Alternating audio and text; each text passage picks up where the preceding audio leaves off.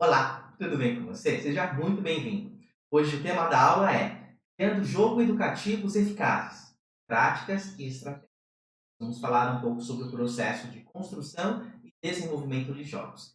Veja comigo a frase preliminar que vai introduzir o nosso debate, a nossa discussão. Diz o seguinte o texto: criar jogos educativos eficazes num formato analógico, como tabuleiros ou cartas, envolve o desenvolvimento de práticas e estratégias de design que garantam uma experiência de aprendizado significativa e envolvente para os alunos, para as alunas, dentro desse contexto. O objetivo é desenvolver jogos que equilibrem a diversão com conteúdo educacional, facilitando a compreensão e a retenção dos conceitos abordados. Ao longo dessa nossa discussão, nós vamos apresentar algumas práticas e estratégias para criar jogos educativos analógicos eficazes, acompanhadas de alguns exemplos práticos para que você possa ter ideias para aplicar na sua realidade. Vamos então para o próximo item, falando sobre a definição clara dos objetivos de aprendizagem. Veja comigo. É essencial estabelecer os objetivos de aprendizagem desejados ao criar um jogo educativo analógico. Os objetivos de aprendizagem, eles estabelecem quais conceitos ou habilidades devem ser adquiridos ou aprimorados durante o jogo, assegurando que o jogo tenha uma finalidade pedagógica. Por exemplo, tem um jogo de tabuleiro de história que visa ensinar sobre civilizações antigas, é necessário especificar quais aspectos dessas civilizações serão abordados. Isso pode incluir a sua cultura, política, economia ou avanços tecnológicos. Tendo esses objetivos em mente, o design do jogo ele vai ser moldado para facilitar o aprendizado desses temas. Os jogadores eles podem avançar pelo tabuleiro ao responder perguntas ou resolver enigmas relacionados sobre essas civilizações. Cada conquista ou progresso pode ser associado a diferentes territórios ou regiões históricas, permitindo que os jogadores visualizem a sua trajetória de aprendizado e relacionem o conteúdo aprendido a locais geográficos ou eventos específicos. Além disso, a definição dos objetivos de aprendizagem auxilia na criação de um sistema de avaliação dentro do jogo. Isso pode ser feito por meio de pontuações ou níveis de dificuldade, que refletem o domínio do conteúdo pelos jogadores. O design do jogo ele deve ser projetado para fornecer um feedback imediato, permitindo que os jogadores saibam se estão atingindo os objetivos de aprendizagem e onde podem melhorar, quais recursos podem ser aprimorados dentro dessa abordagem. Perceba que a definição clara dos objetivos de aprendizagem é crucial para garantir que o jogo educativo analógico ele seja eficaz e centrado no conteúdo desejado. Ela orienta todas as decisões do design do jogo, desde as mecânicas até a avaliação, proporcionando uma experiência de aprendizado direcionada e significativa para os jogadores. Veja comigo a sequência que nós vamos falar sobre a incorporação de mecânicas de jogos apropriadas. O texto central diz o seguinte: escolher mecânicas de jogos que sejam compatíveis com o conteúdo educacional é crucial para manter os alunos engajados, né? Para que os alunos eles fiquem dentro aqui desse contexto. O Huizinga, ele usa um termo que nós podemos colocar aqui, que é o círculo mágico. Quando o usuário, quando o indivíduo está dentro desse contexto do jogo, o Huizinga, ele diz que nós construímos um círculo mágico. Então, nós conseguimos promover essa imersão. As mecânicas de jogos são sistemas e regras que determinam como o jogo funciona. Escolher de maneira adequada o conteúdo educacional é essencial para uma experiência envolvente e produtiva. Ao selecionar mecânicas de jogos que se alinham com os objetivos de aprendizado, os professores podem criar atividades lúdicas que desafiam os estudantes de maneira estimulante e mantêm o seu interesse ao longo do jogo. Quer ver um exemplo? Um jogo de cartas de matemática, as mecânicas de combinações podem ser usadas para resolver equações matemáticas.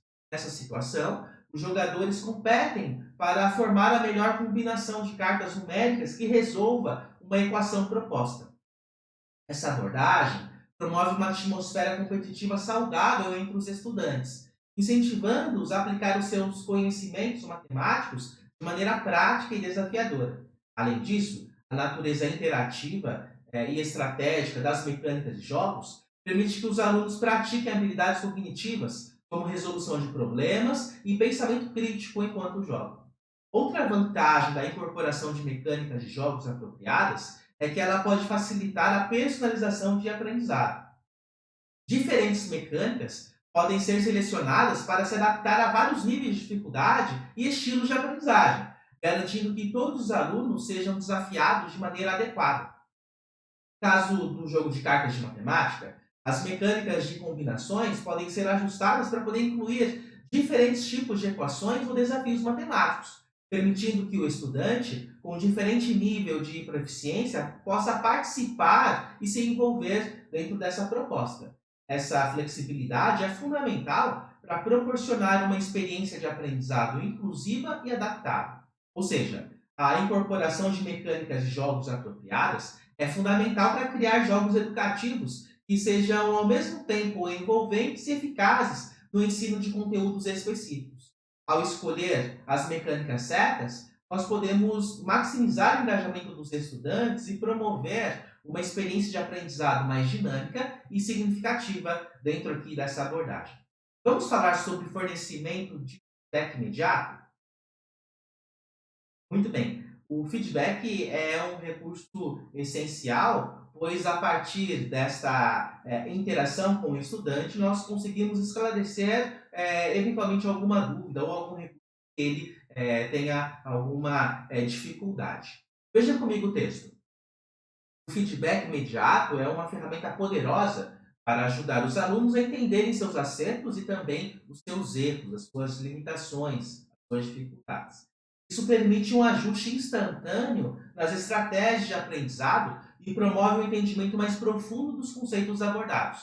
Por exemplo, em um jogo de tabuleiro de ciência, os jogadores podem responder a perguntas sobre conceitos científicos. Se um jogador responde incorretamente uma pergunta, o feedback imediato pode incluir a resposta correta, uma breve explicação do conceito envolvido e instruções sobre como proceder na próxima jogada. Esse tipo de feedback ajuda o estudante a identificar onde ele errou, entender o motivo do erro e aprender com a experiência que ele possuiu a partir dessa interação, desse processo. O feedback imediato, ele também pode ser adaptado ao estilo de aprendizagem individual de cada estudante, garantindo que o processo seja personalizado e eficaz. Em um jogo de tabuleiro, isso pode ser feito através de cartões com dicas ou respostas detalhadas que os jogadores podem consultar quando eles sentirem a necessidade. O feedback imediato ele contribui para manter o engajamento e a motivação dos estudantes ao longo do jogo. Saber que receberão uma resposta instantânea aos seus esforços incentiva-os a continuar jogando e aprendendo. Esse processo interativo de tentativa e erro, combinado com feedback imediato, cria um ambiente de aprendizagem ativo e eficaz. No contexto de um jogo de tabuleiro, o feedback imediato ele pode ser integrado de várias formas. Por exemplo, o jogo pode incluir um mecanismo em que os jogadores giram uma roleta ou tiram cartas que indicam se suas respostas são corretas ou incorretas.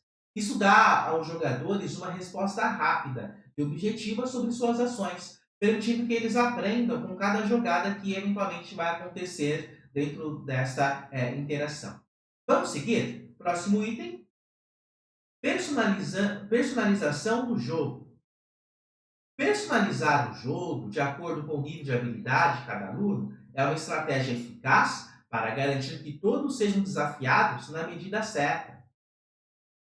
Isso envolve ajustar os elementos do jogo para se adequarem às necessidades individuais dos alunos, dos estudantes, promovendo um ambiente de aprendizado mais inclusivo e eficaz. Por exemplo, em um jogo de cartas de vocabulário, a personalização pode ser implementada através da criação de decks com diferentes níveis de dificuldade. Jogadores com menor conhecimento podem começar com um deck mais básico, contendo palavras ou expressões mais simples e familiares. À medida que eles progridem, podem ser introduzidos a decks com níveis de dificuldade mais avançados, que incluem palavras mais complexas ou menos comuns.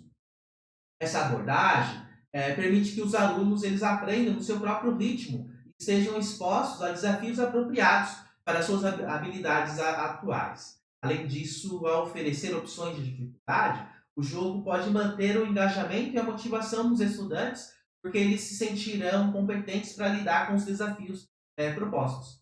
Outra forma de personalizar o jogo é através da flexibilidade nas regras, nas mecânicas do jogo. Quer ver um exemplo? O jogo de tabuleiro ele pode oferecer modos de jogo diferentes, como um modo cooperativo, em que os jogadores trabalham juntos para poder alcançar um objetivo comum, ou um modo competitivo em que os jogadores competem, né, entre si. Então nós temos o processo cooperativo e competitivo. Essa variedade nas opções do jogo pode atender às preferências de diferentes alunos e estilos de aprendizagem. A personalização, ela também pode ser aplicada à narrativa ou ao tema do jogo, permitindo que o estudante escolha entre diferentes cenários ou histórias que vão ressoar com seus interesses e motivações pessoais. A escolha pode aumentar o envolvimento dos estudantes com o conteúdo educacional dentro aqui dessa proposta que nós estamos colocando. Muito bem, nós vamos avançar mais um pouquinho para o próximo aspecto, incorporação de narrativa. Isso diz o seguinte: a narrativa, ela pode ser uma poderosa ferramenta para manter os jogadores interessados e motivados. Por exemplo, em um jogo de tabuleiro de geografia, os jogadores podem seguir a jornada de um explorador, coletando recursos e enfrentando desafios, enquanto aprendem sobre diferentes regiões geográficas, né, dentro aqui desse contexto que nós temos. Perceba que a narrativa ela pode transformar um jogo educativo em uma jornada ou aventura, ajudando os jogadores a estabelecer uma conexão emocional com o conteúdo e promovendo a retenção do conhecimento. A narrativa ela pode incluir elementos como personagens cativantes, objetivos claros e uma trama que se desenrola à medida que os jogadores avançam pelo jogo. Esses elementos tornam o aprendizado mais dinâmico e envolvente, porque os jogadores se sentem parte da história e têm um propósito para alcançar os objetivos do jogo. Além disso, a narrativa ela pode ser usada para introduzir conceitos educacionais de forma mais natural e contextualizada. Por exemplo, em um jogo de tabuleiro de história, a narrativa pode seguir os eventos históricos de uma determinada era, com os jogadores participando de batalhas, alianças e conquistas enquanto aprendem sobre os eventos reais que estão sendo colocados. Ao incorporar uma narrativa, o jogo também pode permitir aos jogadores a tomada de decisões baseadas em suas preferências e escolhas pessoais. Isso pode aumentar o engajamento e a motivação, porque os jogadores sentem que têm controle sobre a direção da história. A narrativa ela deve ser cuidadosamente planejada para garantir que esteja alinhada com os objetivos educacionais do jogo, do projeto, que não distraia os jogadores do conteúdo principal. Além disso, a história ela deve ser inclusiva e respeitar a diversidade dos jogadores, evitando estereótipos ou representações preconceituosas, né, que infelizmente alguns projetos eles acabam pecando nesse quesito. Vamos seguir? Próximo item: incentiva a colaboração e competição, né? Que é um recurso que pode engajar, motivar ainda mais os nossos alunos. Inclusive, a nossa conclusão, nosso fechamento aqui da nossa aula. O texto diz o seguinte, o último slide. Criar jogos que promovam a interação entre os alunos pode aumentar o engajamento e desenvolver habilidades sociais dentro dos estudantes. Por exemplo, em um jogo de cartas de química, as rodadas de competição entre equipes podem envolver desafios relacionados a segmentos, ou melhor, relacionados a elementos e reações químicas. Cada equipe pode receber um conjunto de cartas com fórmulas químicas, com símbolos de elementos e perguntas sobre as reações químicas. O objetivo das equipes pode ser responder corretamente as perguntas ou combinar cartas de maneira estratégica para formar compostos químicos. Essa competição amigável, que nós estamos propondo aqui, rapidamente, ela vai incentivar os estudantes a trabalhar de forma colaborativa, para poder compartilhar conhecimentos e ideias. Isso vai promover a integração dos estudantes. Os alunos eles podem discutir estratégias, esclarecer dúvidas e aprender uns com os outros enquanto jogam.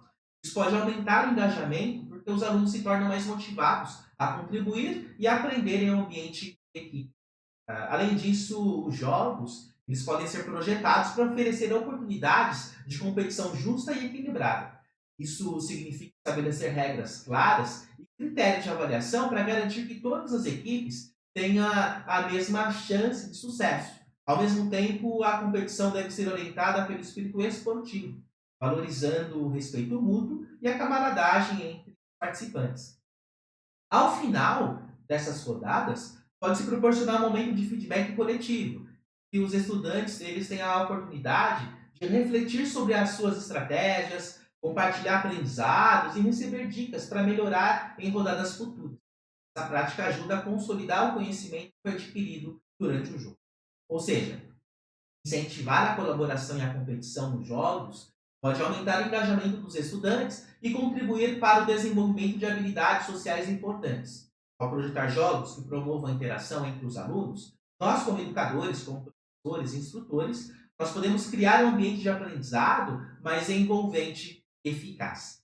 Eu espero que você tenha compreendido todos os itens que foram abordados, que foram comentados aqui nessa aula.